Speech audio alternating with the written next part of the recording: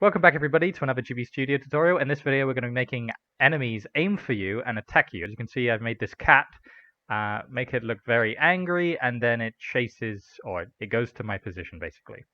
And I did find a lot of bugs where if you attack it while it's attacking, then it will break. There was many little different things that together didn't work. For example, the flashing of the hide and show, I think, breaks the on update of actors. That's a useful tip for you. If you don't know what that means, I'll explain it as the video goes on. But first of all, let's talk about how this cat works. So basically, it's constantly checking to see where I am and where it is, and then comparing the line that it's on. So it does it horizontally, and it also does it vertically, checking to see if we're in line with it. And if we are, then it switches to a different artwork, and I'll show you that in a second. And then it moves towards us at the speed that I set, and then it sets it back to normal. And obviously, if we attack it, then we should be able to also make it flash as if we hit it. And when it's flashing, it cannot attack us. So as you can see, I can just run past it. But obviously, if I run past it normally, then it should attack, but I found that in adventure mode, it is quite, it doesn't always work because you can be in between tiles. And although it does have a tile that you're tied to, I don't think it is as solid as the top-down 2D. The top-down 2D has better collision and everything. Currently, if you look, you can just go straight through enemies. I think they said that they'll be adding that in the next update. So hopefully they can improve this. So let's have a look at the scripts on this cat. So if we have a look at it, it's a very obvious and normal cat. But actually we're using a different sprite. So I've created this sprite called cat2. As you can see, this is a file I created in GIMP that I exported into GB Studio. I started with the normal cat and it's still here, and then as you can see, I took the cat's head, I added some extra arms and legs and a tail and made it look angry. So then it acts as the sprite that we can use. I deliberately didn't make it so that there are 4 different directions because I kind of like this cat. But I will also tell you about the sprites in GB Studio. So as you can see, our canvas size is 32 by 32.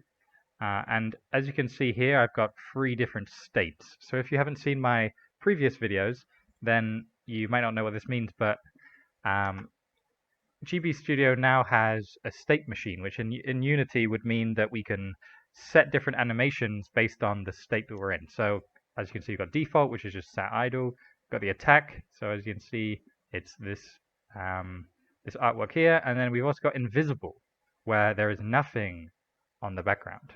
But as you can see, if I go to the attack here, you can see if I hover over these bits of the artwork here, then you can see this top layer has nothing in it, but it actually does have the boxes that the 2x1 sprites fit into. And I think if I was to shrink this down, it may cause artifacting in the actual game. I know that if you, for example, cut it off down here, then it will definitely cause artifacting. And artifacting is where it randomly fills in the artwork with the stuff from in memory, right? I've seen a post on the Reddit, and I think that's basically what is happening, where basically the game, as you can see, is cutting it off here, but in the memory of the console, there would actually be information below here. So we're making sure we don't have any information outside of this box. So arguably we might want to move that down and replace it with this one. But I'm just gonna tell you about a problem I encountered while using this version. Okay, so as you can see, there's a space above, but if you use the emote, if you don't know what the emote is, it shows a little bubble above the actor's head, and what it does is you can't control where this emote goes. So what happens is it goes in the very center above the very top of the sprite. So if we go back into the cat, it would be showing here, which is not what you would want to happen. you would want it to be above the head of the cat, especially when it's down here. You'd want it to be here. So I feel like the emote may be a bit outdated at this point. Obviously, it still does work with classic actors like the NPCs. As you can see, if it was to be here, then it would work fine.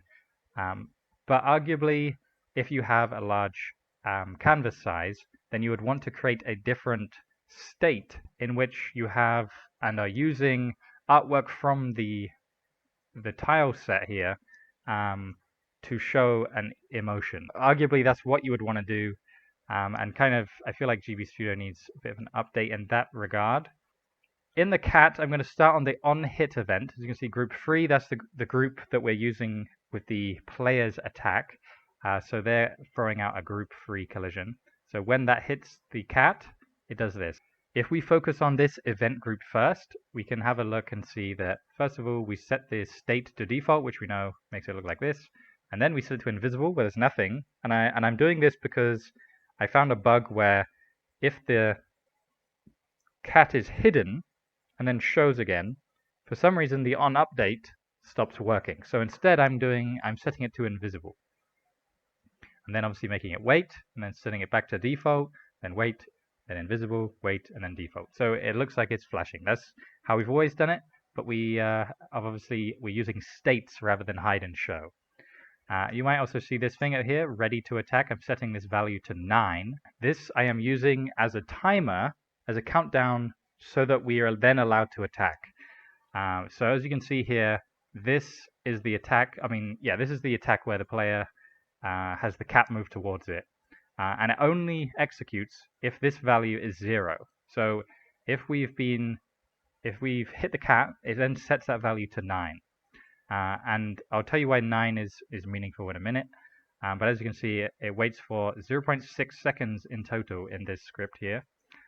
So I've made it so when that isn't 0, it's counting down every 0.1 and reducing the value by 1. I could obviously do it so it sets it back to 0 after, however long I want. But I've decided to have it like this so that the value in the cat is tied to 0.1 seconds. So this is 9 0.1 seconds, meaning 0.9 seconds. Because every 0.1 seconds, we wait and then reduce it by 1.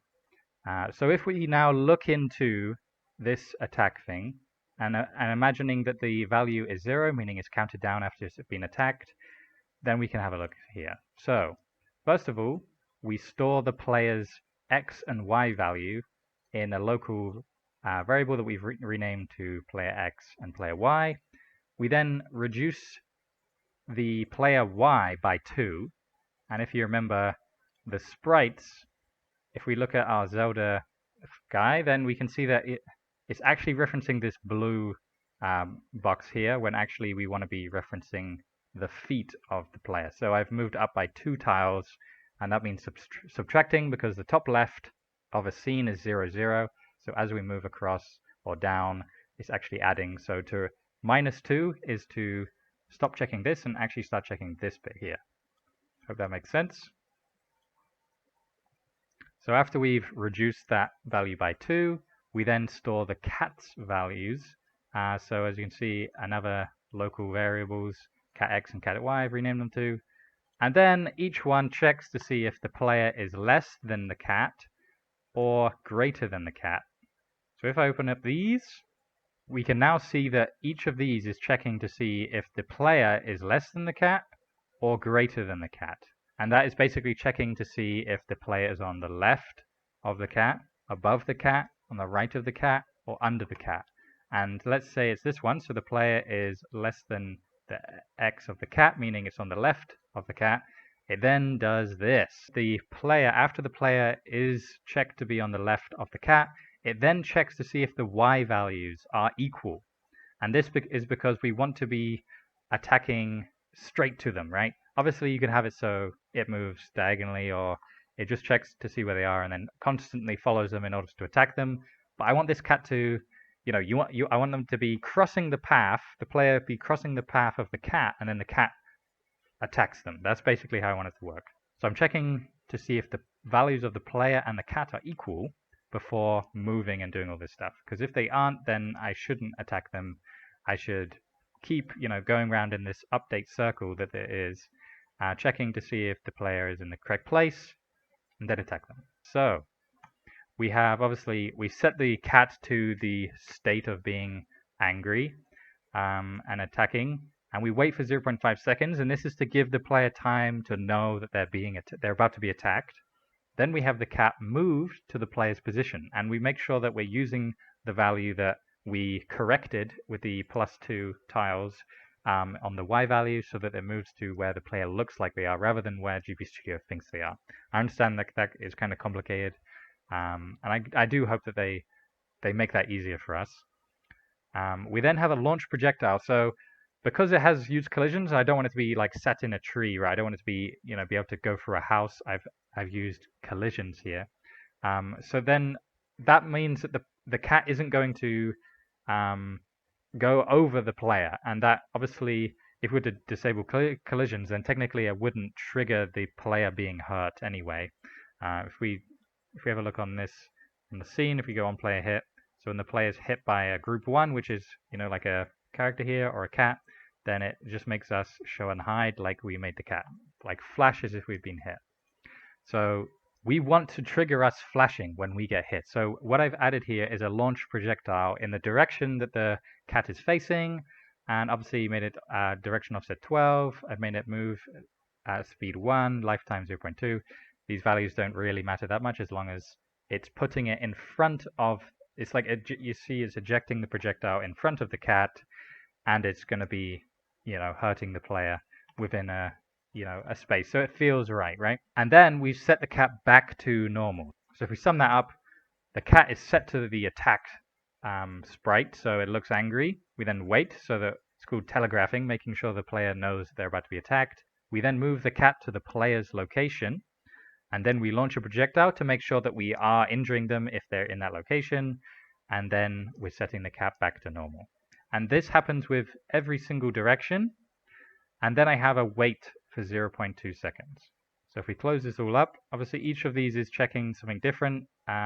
If it's horizontal, then it's checking the X, and if it's vertical, it's checking the Y. That sounds a bit backwards, but it is true because it checks first to see if the player is above them, or this one is doing, and then it checks to see if the X is equal in order to move towards them. I hope I didn't overcomplicate that, but it should make sense if you think about the processes that the cat and the player have to do. So I'll now try and make sure that the 0.9 makes sense to you guys. Obviously, you could have it any number, and you might not even want this, but I found that the cat will try to attack you while it's flashing, and I didn't think that was that we wanted that. So this is why I added this ready to attack value. So as you can see, it's 9, and if you think about it as 0.1 second, each of these 9, then we can see here 2, 4, 6. So that's 0.6 seconds. And basically, it means that the cat, after it's been attacked, will sit there for 0.3 seconds before checking again to attack. Okay. And obviously, if you reduce these values and make them, closer and closer, then this cat will be way more aggressive. It will be constantly trying to chase you as well. So this 0.2 seconds here after an attack stops it from just constantly checking again after it's got to your position to see if it should attack again. And it's the same with the telegraph of waiting 0.5 seconds. It makes it more fair, right? You don't want the cat to be constantly checking you. Maybe you do, and that's why you would want to reduce these values, okay? So let's go over it one more time, okay? So on update, obviously it's checking to see if this value is 0, so it's checking to see if it can attack after it's been hit. It is then storing the player's values and slightly updating them so that it fits with our sprite. It then stores the cat's position and then checks the player's position versus the cat's position. And if those values line up correctly, then you can see here, I'm about to, as you can see, we're in adventure mode, so we haven't quite triggered this thing, but there we go. So what it does is it sets it to the cat. It then waits 0.5 seconds, and then it moves to the player's position. It's really that simple. And obviously it launches a projectile so that it can attack you. Obviously, if you walk into it, it will obviously hurt you. And then if we keep going, we have a thing to set it back to looking like a normal cat. And it does that for each direction. It waits 0.2 seconds, so it doesn't continuously chase you down. It does give you 0.2 seconds of respite. As you can see here, there's some weird glitchiness going on. I think it's where I'm in between tiles, but honestly, I don't really know. If I go diagonally, I'll see how this affects it. Nope. Yeah, so yeah, there are some bugs. Obviously, I've gone over them already, where the emote is off put, and then the flashing, I've set it to invisible state rather than hide and show because of it affecting the on update. The fact that it would attack while you're hitting it, I'd obviously fix that by adding the ready to attack on the start of the hit, and then having a countdown here to make sure that the cat won't attack while you hit it. And I'll just show you that. There we go. So as you can see, we could just walk past it harmlessly. But yeah, I hope that was useful, and we've now made the cat look more violent. This stuff can easily be translated to, any other enemy. Obviously, I've put the speed of the cat up to like 4, I think. So it does move quite fast, and this is just to improve like the jauntiness of it, right? So if you're far away, it does get to you fast, and it's quite satisfying when it goes into that star, like it's got its arms and legs outstretched. But yeah, this should be pretty easy to implement into other things. It's just about states and checking the positions. If you remember my old tutorials, I did make it so the player, or the enemy, sorry, moves one tile at a time towards you in order to slow it down. And obviously this one is slightly different, where it just goes straight for you after checking its X and Y values. So yeah, I'll put my patrons up on the screen. Thank you so much to you guys. You guys are the best. Remember to like the video if you like the video. Subscribe if you haven't already. Please leave a comment on what you thought of this, if it was helpful, and what you might want to see next from this tutorial series, and any other series you might want to see in the future. So yeah, thank you so much for watching, and I'll see you in the next one.